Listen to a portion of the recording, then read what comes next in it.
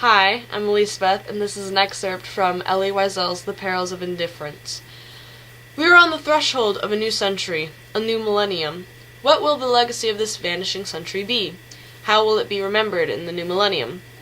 Surely it will be judged, and judged severely, in both moral and metaphysical terms.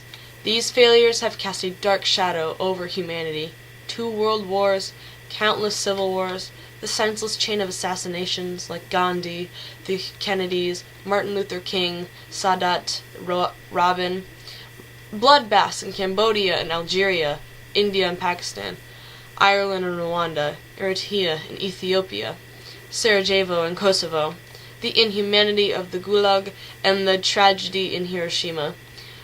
And, on a different level, of course, Auschwitz and Treblinka. So much violence, so much indifference. What is indifference? Etymologically, the word means no difference, a stage of unnatural state in which lines blur between light and darkness, dusk and dawn, crime and punishment, cruelty and compassion, good and evil. What are its courses and inescapable consequences? Is it a philosophy? Is there a philosophy of indifference conceivable? Can one possibly view indifference as a virtue? Is it necessary at times to practice it simply to keep one's sanity, live normally, enjoy a fine meal and a glass of wine, as the world around us experiences harrowing upheavals? Of course, indifference can be tempting. More than that, seductive.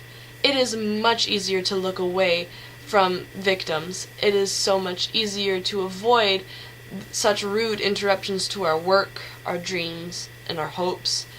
It is, after all, awkward and troublesome to be involved in another person's pain and despair. Yet, for the person who is indifferent, his or her neighbor are of no consequence, and therefore their lives are meaningless.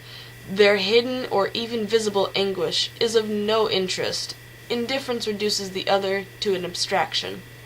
Over there, behind the black gates of Auschwitz, the most tragic of all prisoners were the Muselmaner, as they were called. Wrapped in their torn blankets, they would sit or lie on the ground, staring vacantly into space, unaware of who they were, where they were, strangers to their surroundings. They no longer felt pain, hunger, or thirst. They feared nothing. They felt nothing. They were dead and did not know it. Rooted in our tradition, some of us felt that being abandoned by humanity was not the ultimate. We felt that being abandoned by God was worse than punished by Him. Better an unjust God than an indifferent one. For us to be ignored by God was a harsher punishment than to be a victim of His anger.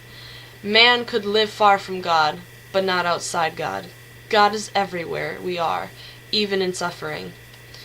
In a way, to be indifferent to that suffering is what makes the human being inhuman. Indifference, after all, is more dangerous than anger and hatred. Anger can be creative. One writes a great poem, a great symphony. One does something special for the sake of humanity because one is angry at the injustice that one witnesses. But indifference is never creative. Even hatred at times elicits a response. You fight it. You denounce it. You disarm it. Indifference inflicts no response. Indifference is not a response. Indifference is not a beginning. It's an end. And therefore, indifference is always a friend of the enemy, for it benefits the aggressor, never the victim, whose pain is magnified when he or she feels forgotten.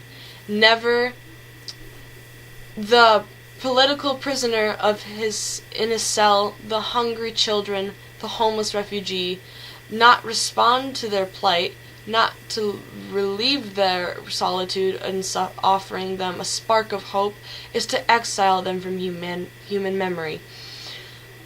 And in denying their humanity, we betray our own. Indifference is not only a sin, it is a punishment.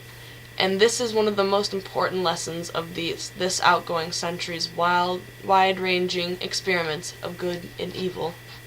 Thank you.